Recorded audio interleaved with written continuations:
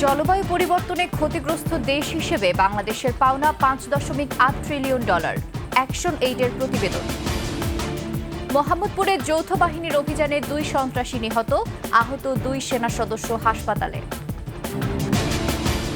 এবং চুয়াডাঙ্গায় ভৈরবে ব্যারেজ সারা বছরই থাকবে স্রোত, কোথাও কোথাও স্থায়ী জলাবদ্ধতার আশঙ্কা।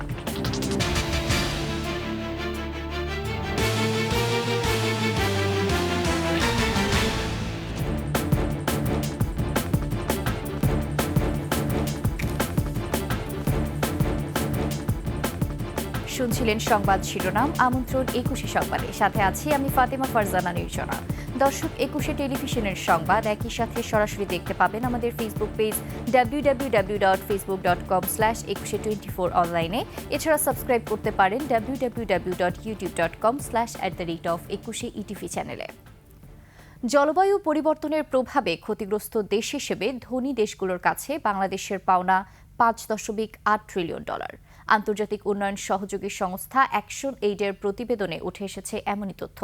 প্রতিবেদনে জরুরি ভিত্তিতে এই ঋণ ছাড়ের আহ্বান এবং বৈশ্বিক অর্থনৈতিক ন্যায় বিচারের ওপর জোর দেওয়া হয়েছে। মানিক শিকদারের রিপোর্ট।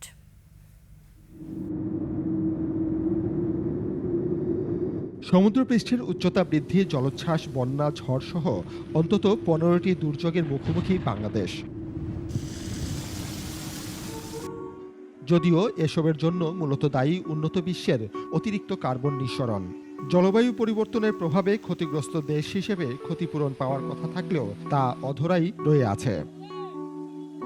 সম্প্রতি ইথিওপিয়ার আদ্দিস আবাবায় আফ্রিকান ইউনিয়নের সম্মেলনকে কেন্দ্র করে হু ওজ হু নামে একটি বিশেষ প্রতিবেদন প্রকাশ করে আন্তর্জাতিক উন্নয়ন সহযোগী সংস্থা অ্যাকশন এইড ইন্টারন্যাশনাল। এখানে বলা হয় 2024 সালে বিশ্বের 54টি নিম্ন আয়ের দেশ বিদেশি ঋণের ফাঁদে জর্জরিত। দেশগুলো তাদের জাতীয় উন্নয়ন বিসর্জনের বিনিময়ে ধনী দেশগুলোর কাছে পরিশোধ করেছে $138 বিলিয়ন।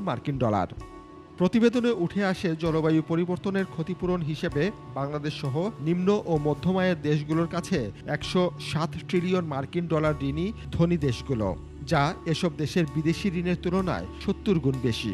অ্যাকশন এইডের প্রতিবেদনে 70টিরও বেশি দেশের তথ্য উপস্থাপন করা হয়েছে।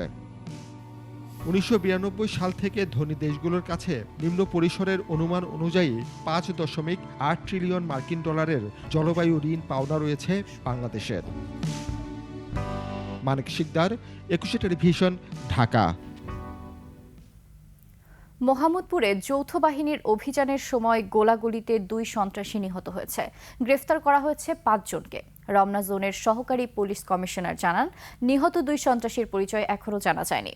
অভিযান পরিচালনার সময় সন্ত্রাসীদের হামলায় 2 সেনা সদস্য আহত হয়েছেন। মানিক শিকদারের রিপোর্ট। বৃহস্পতিবার রাতে মোহাম্মদপুরের চাঁদ উদ্যানের লাউতলায় অভিযানে যায় সেনাবাহিনী ও পুলিশের যৌথ দল। সেনাবাহিনী দেখে এলোপাথারি গুলি চালায় আগে থেকে অবস্থান করা সন্ত্রাসীরা। এতে সেনাবাহিনীর সদস্যরাও পাল্টা গুলি চালায়। এভাবে 2 থেকে 3 মিনিট গুলি বিনিময় হয়। এক পর্যায়ে 5 জন সন্ত্রাসী আত্মসমর্পণ করে। 2 সন্ত্রাসী ঘটনাস্থলেই গুলিবিদ্ধ হয়ে মারা যায়। সন্ত্রাসীদের কাছ থেকে একটি রিভলভার ও কয়েক রাউন্ড গুলি ও দেশীয় অস্ত্র উদ্ধার করা হয়। ছেলে পেলে হাতে দূর থেকে দেখা লক্ষ্য করা যায় লাইটে চাপাতি জাতীয় দেশীয় অস্ত্রপাতি এবং কারো কারো হাতে আগ্নেয়াস্ত্র জাতীয় জিনিস। এটা পেয়ে যখন আমরা এগিয়ে যাই, তাদেরকে স্যান্ডার করতে বলি, তখন তারা কেউ 9 নম্বর বাসে ঢুকে পড়ে এবং ছাদে উপরে ওঠে। আমরা এগিয়ে যে পারবো তাদেরকে আমরা বলি স্যান্ডার করার জন্য, তা স্যান্ডার না করে বরং আমাদের লক্ষ্য করে যৌথ বাহিনী লক্ষ্য করে গুলি করা শুরু করে।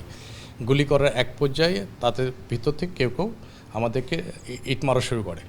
এই পরিস্থিতিতে তখন সেনা কর্মকর্তা এবং পুলিশ কর্মকর্তাদের জীবনমান রক্ষা করার স্বার্থে তখন আমাদের পক্ষ থেকেও ফায়ার করা হয়। গ্রেফতারকৃত 5 জনকে আটকের পর মামলা ও তদন্ত চলছে।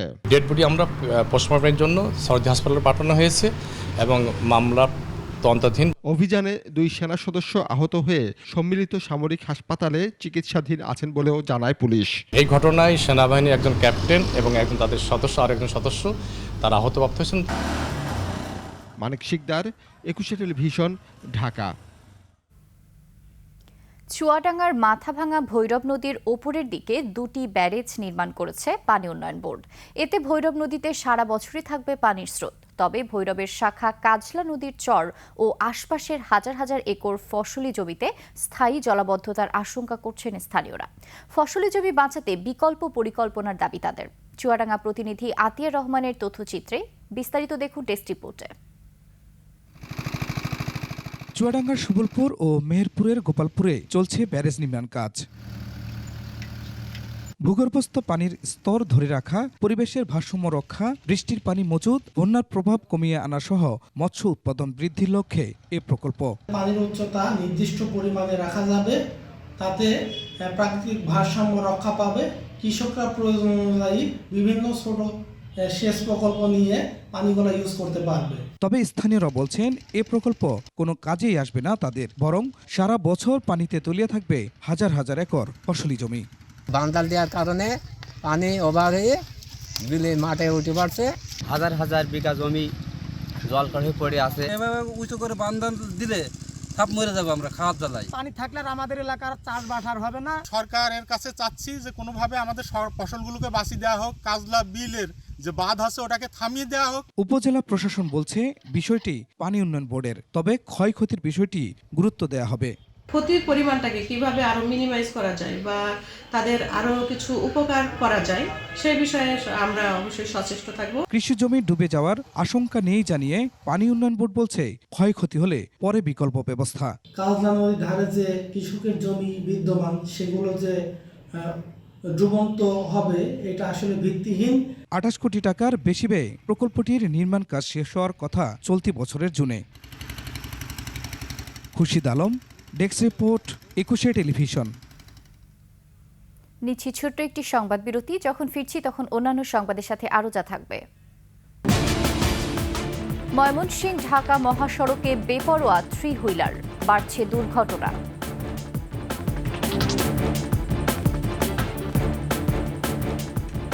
আবারও আমন্ত্রণ 21 সংবাদে। আন্তর্জাতিক মাতৃভাষা ও শহীদ দিবসে শ্রদ্ধা নিবেদনের জন্য প্রস্তুত শহীদ মিনার। সেখানে আছেন আমাদের সহকর্মী সিরাত আল মুস্তাকিম নিশান। চলে যাচ্ছি তার কাছে। নিশান, শহীদ মিনারের প্রস্তুতি কেমন দেখছেন আমাদের জানাবেন। ধন্যবাদ নির্জনা। আমি এই মুহূর্তে আছি কেন্দ্রীয় শহীদ মিনারে। আন্তর্জাতিক মাতৃভাষা দিবস উপলক্ষে কেন্দ্রীয় শহীদ মিনার কিন্তু নতুন সাজে সাজছে এবং পুরো শহীদ মিনার কিন্তু নতুনভাবে রং করা হচ্ছে এবং অন্যান্য যে প্রস্তুতি সেই প্রস্তুতি কিন্তু গ্রহণ করা হচ্ছে। আর একদিন বাকি 21শে ফেব্রুয়ারি অর্থাৎ আন্তর্জাতিক মাতৃভাষা দিবসের সেই একদিন আগের যে প্রস্তুতি আমরা দেখতে পাচ্ছি যে এখনও কিছু কিছু কাজ কিন্তু এখনও বাকি আছে, যেমন সিসি ক্যামেরা লাগানো এবং অন্যান্য আশপাশ পরিষ্কারের কাজ কিন্তু চলছে, এখনও চলমান এবং বিভিন্ন পয়েন্টে কিন্তু সিসি ক্যামেরা লাগানোর যে কাজ সেই কাজও কিন্তু চলছে। এবং যদি আরেকটু জানিয়ে রাখতে চাই, এখানকার আইন শৃঙ্খলা যে ব্যবস্থা সেটি কিন্তু জোরদার করা হয়েছে। সেনাবাহিনী, পুলিশ, বিজিবি এবং আনসার সদস্যরা কিন্তু এখানে মোতায়েন রয়েছে এবং সার্বক্ষণিক একটি পর্যবেক্ষণের ভিতরে কিন্তু এই পুরো শহীদ মিনার এলাকা কিন্তু রাখা হয়েছে। এবং আপনি জানেন যে 21শে ফেব্রুয়ারিকে কেন্দ্র করে কিন্তু ঢাকা সহ রাজধানী ঢাকা সহ বাংলাদেশের বিভিন্ন জায়গা থেকে দর্শনার্থীরা বা যারা শহীদদেরকে শ্রদ্ধা নিবেদন করতে আসেন, বিভিন্ন এলাকাতে কিন্তু মানুষ শহীদদেরকে শ্রদ্ধা নিবেদন করতে আসেন। সেই দিক থেকে খেয়াল রেখে কিন্তু যে বিশাল একটি মানুষের ঢল যে শহীদ মিনারে নামে প্রত্যেক বছর, সেই বিষয়টিকে বিবেচনা করেই কিন্তু এই পুরো শহীদ মিনার এলাকায় কিন্তু নিরাপত্তার চাদরে ঢেকে ফেলা হয়েছে এবং চারিদিকে কোন দিক থেকে আসলে মানুষ ঢুকবে এবং কোন দিক থেকে ফুল দিয়ে বের হয়ে যাবে সেই বিষয়টিকে নিশ্চিত করা হয়েছে এবং চারিদিকে কিন্তু কঠোর নিরাপত্তা ব্যবস্থা গ্রহণ করা হয়েছে। এবং এখনও কিন্তু কিছু কিছু প্রস্তুতি এখনও বাকি রয়েছে। আশা করা যাচ্ছে সন্ধ্যার আগে কিন্তু সেই প্রস্তুতিগুলো শেষ হয়ে কালকের জন্য কিন্তু পুরোপুরিভাবে প্রস্তুত হবে কেন্দ্রীয় শহীদ মিনার। নির্জনা, এই ছিল কেন্দ্রীয় শহীদ মিনার থেকে আমার কাছে সর্বশেষ। নিশান, অসংখ্য ধন্যবাদ আপনাকে।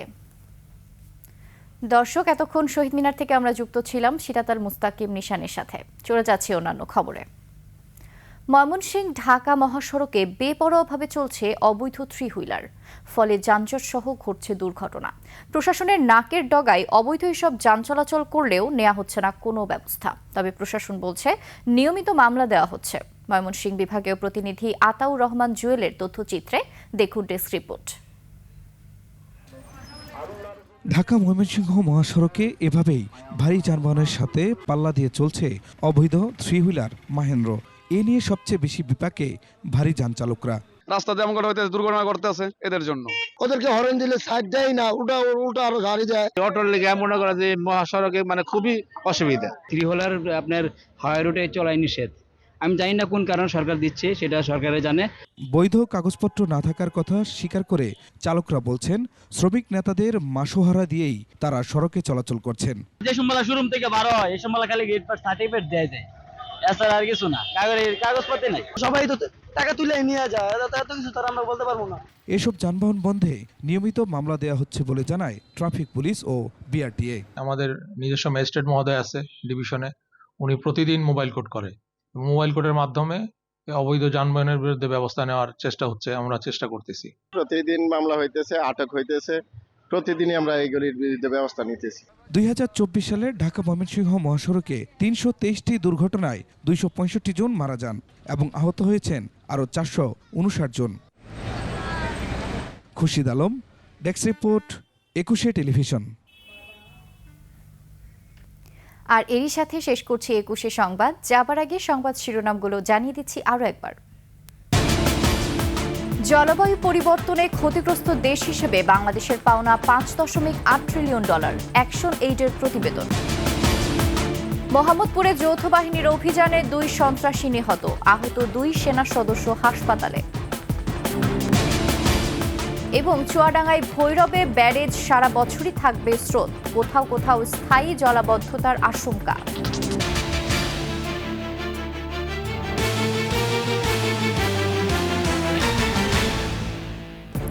সর্বশেষ সংবাদ জানতে ডায়াল করুন 2021 নাম্বারে আর ভিজিট করুন 21-tv.com ওয়েবসাইটে।